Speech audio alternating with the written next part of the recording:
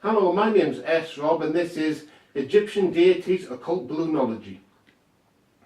This is not to say that this was a type of balloonology invented by Egyptian deities, it's simply that they are used within it.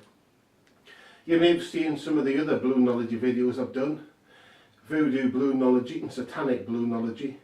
This is sort of like this, yeah? What this is a way of using modelling balloons and balloon sculptures for occult purposes. So these aren't, when they're made, they're not simply normal balloon models. What they are is talismans. Now you may wonder what the purpose of this is. Well, quite honestly, balloon models are still very cheap. If you go to a magic shop or a joke shop or you order them online, the chances are you'll probably get a full bag of 100 modelling balloons for £5.50, so they're very cheap. And this is the modelling balloon, yeah? It may look like an ordinary sausage balloon, but it's not. It's actually thicker. For this reason, you don't want to blow it up like that. It can actually cause injury if you do that. This means that in this video you'll be learning balloonology and occultism at the same time. And this is another way of pushing it forward. This hasn't just pushed forward occultism, it's also pushed forward balloonology, because basically this is still new ground. Yeah, it's still very new ground. Although this doesn't have to just be done for yourself, for occult purposes. You could also do it as a performance if you wanted to, although it would really need to be for adults. Okay, I know a lot of modelling balloons you will see people doing it will be for kiddies. This stuff really isn't for kiddies, yeah? This is serious occultism. Now, the first thing we'll use, like I said, is a balloon pump and the modelling balloon. They come in all sorts of different colours, yeah? It's not always practical to pick the right colour for what, so just use any colour. That's generally the tradition with balloon modelling, is that you just pick any colour, yeah? And first one I'll talk about is Akka. Akka is an Egyptian deity and he's very, very important to us because he's a gateway, okay? He's all symbolises life and death, because basically to die you've got to pass through Akka, that's the idea. Because he symbolises the gateway that leads to the Egyptian deities. All of the Egyptian deities come through Akka, yeah? Akka is thought of and was symbolised as a lion's mouth, which is quite useful for us actually, because that's the type of shape that is very good for summoning things through, yeah? And that's what we'll be using Akka for, to summon things through. And also, of course, he's symbolised a sun disk with a lion at either side. But the older form was simply a lion's mouth, and that's the sort of shape we use for gateway entities, a loop, yeah?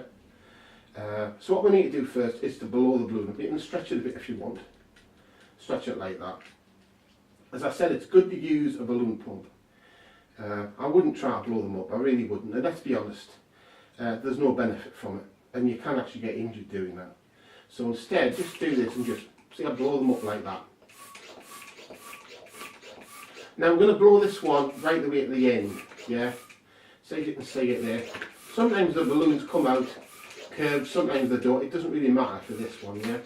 You can make them curved if you need them to. Okay, so blow that up there to the end, yeah?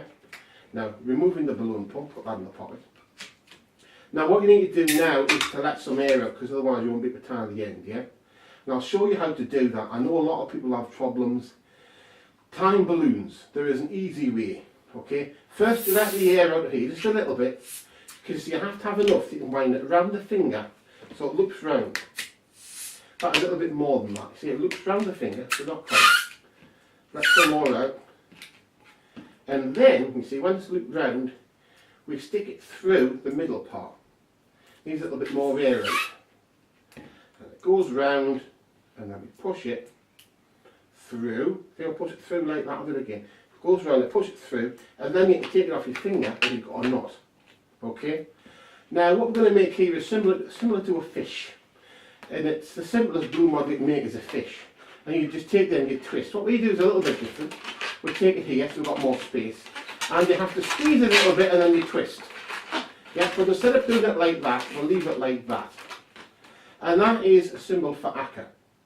Now, I've got to be honest, at the moment, this is not really of any use. We have to empower this. And to empower this, we use water. What we're going to do is we're going to make a type of magic water. To make magic water generally, you have to got two ways. One way is you use salt, one way you don't. Okay. The way you use salt is you say a prayer, because it's the same as making holy water as it is to make magic water or demonic water. Where you say a prayer or chant above the salt, and then you add a little bit of salt in the water and it dissolves. Right, we're not going to use that method because this is rubber, plastic, yeah? And salt will corrode it.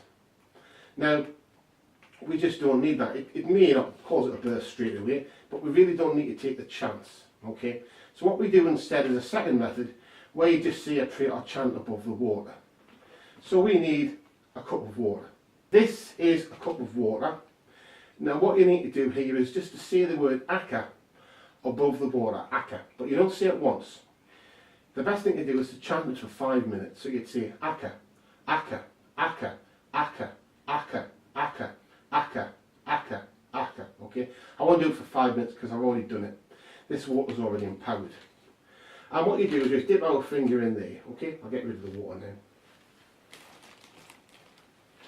What we do is we run this round the inside.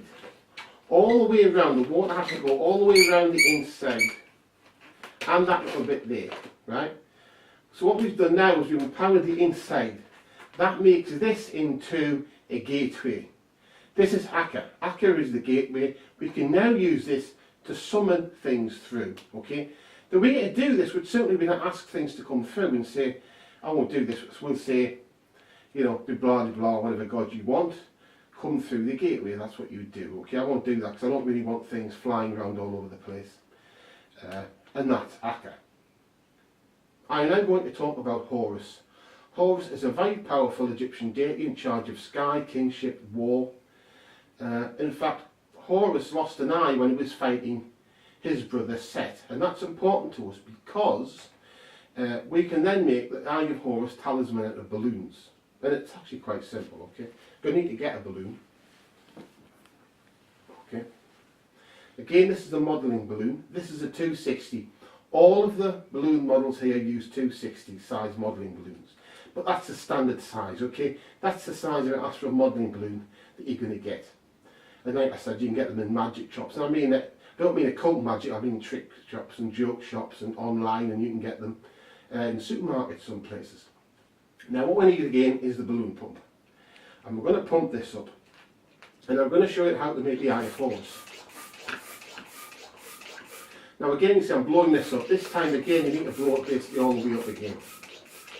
So that means that that little floppy bit at the end will become completely blown up. Right, see? Now, see we've got this here. We have to let some of the air in. Because we have to tie the knot. If we can't tie the knot, we have a problem. See, we're a little bit out there. So we've got a little bit more air we need out. Okay, and then still a little bit more. And then see, I go around here, and then I'll push it through, and then you can just roll it off and you have the knot. Now what we do with this here, see I want to show you the length of it. See it's that sort of shape there. When you go about this far along, I want you just to squeeze and then do that. And then we do it again. And then we see what we do then is we twist that and we have that. That is going to be the iris of the Eye of Horus.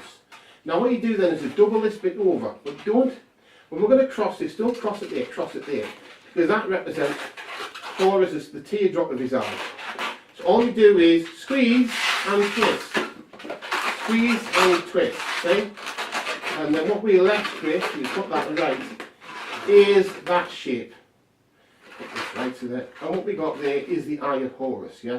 There'll actually be another thing, you can put it that way around if you want as well. Yeah, and that's the Eye of Horus. But as it is, it doesn't really have the full power, even like that. What we want is we need to empower it. And to do this, we'll be using our Akka talisman, the balloon talisman that we made. If you remember, we already empowered this one. This one was empowered with putting water in the inside that we had charged up. Now, we're not going to empower this one the same way, and the reason is we don't need to, because we have this. So what we do is simple. We simply place that there. And we simply say, Horus, come through the gateway, come through Akka, come through the gateway into this blue balloon, the Eye of Horus. Now it's important you see this while intending it to work, because it is your intent and knowing which balloon it's to go into that will make it work. Okay? Horus, come through the gateway, come through Akka into the balloon. Horus comes through the gateway and is in the balloon. This is now empowered with the power of Horus. This is the symbol of Horus. Now, these may look similar, but they're very different. This is Akka, this is Horus. If you have problems, you may want to label them, or put a label near them will probably be easier. Yeah? And that way you can separate the two and you know which one is which.